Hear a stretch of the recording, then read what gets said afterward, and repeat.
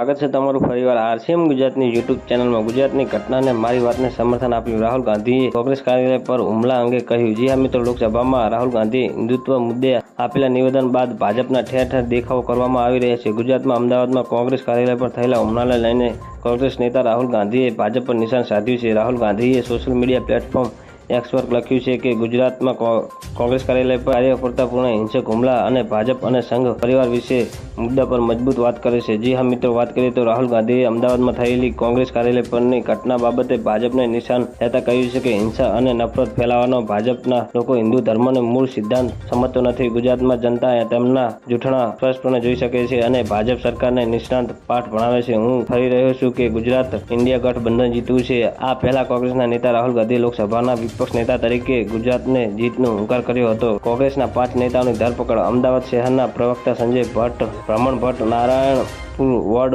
પ્રમુખ મનીષા ઠાકોર, અમદાવાદ શહેરના કોંગ્રેસ ઉપપ્રમુખ મુકેશ દંતાણી, કોંગ્રેસના કાર્યકર્તા વિમલ કંસાની ધરપકડ, એનએસયુઆઈ પ્રવક્તા હર્ષ પરમારની ધરપકડ, ભાજપ અને કોંગ્રેસના કાર્યાલયોમાં સામસામે કર્યા પથ્થરમારો। જી હા મિત્રો, લોકસભાના વિપક્ષી નેતા રાહુલ ગાંધીએ સંસદમાં ભાજપ પર પ્રહાર કર્યા હતા, જેની અસર અમદાવાદમાં પણ જોવા મળી રહી છે। કેટલાક અસામાજિક તત્વોએ કોંગ્રેસ કાર્યાલય પહોંચીને તોડફોડ કરી હતી અને પથ્થરમારો કર્યો અને પોલીસ ફરિયાદ નોંધાઈ છે। અમદાવાદમાં કોંગ્રેસ કાર્યાલય પર બહાર લગાવેલા કોંગ્રેસ પોસ્ટર પર ફાડીને વિરોધ કરવામાં આવ્યો હતો। ભાજપ અને કોંગ્રેસ કાર્યાલયના સામસામે આવ્યા હતા અને એકબીજાનો પથ્થરમારો પણ કરવામાં આવ્યો હતો। આ ઘટના લાકડીઓ ઉછળી અને ભાજપ અને અમદાવાદ કોંગ્રેસ ભવન ખાતે રાહુલ ગાંધી નિવેદન મુદ્દે ભાજપના યુવા મોરચા કાર્યકરોને વિવિધ પ્રદર્શન કરવા પહોંચ્યા હતા। તો મિત્રો, ન્યૂઝની સતત જાણકારી મેળવવા માટે અમારી ચેનલને લાઇક, શેર અને સબસ્ક્રાઇબ કરી લેજો। ધન્યવાદ। જય હિન્દ।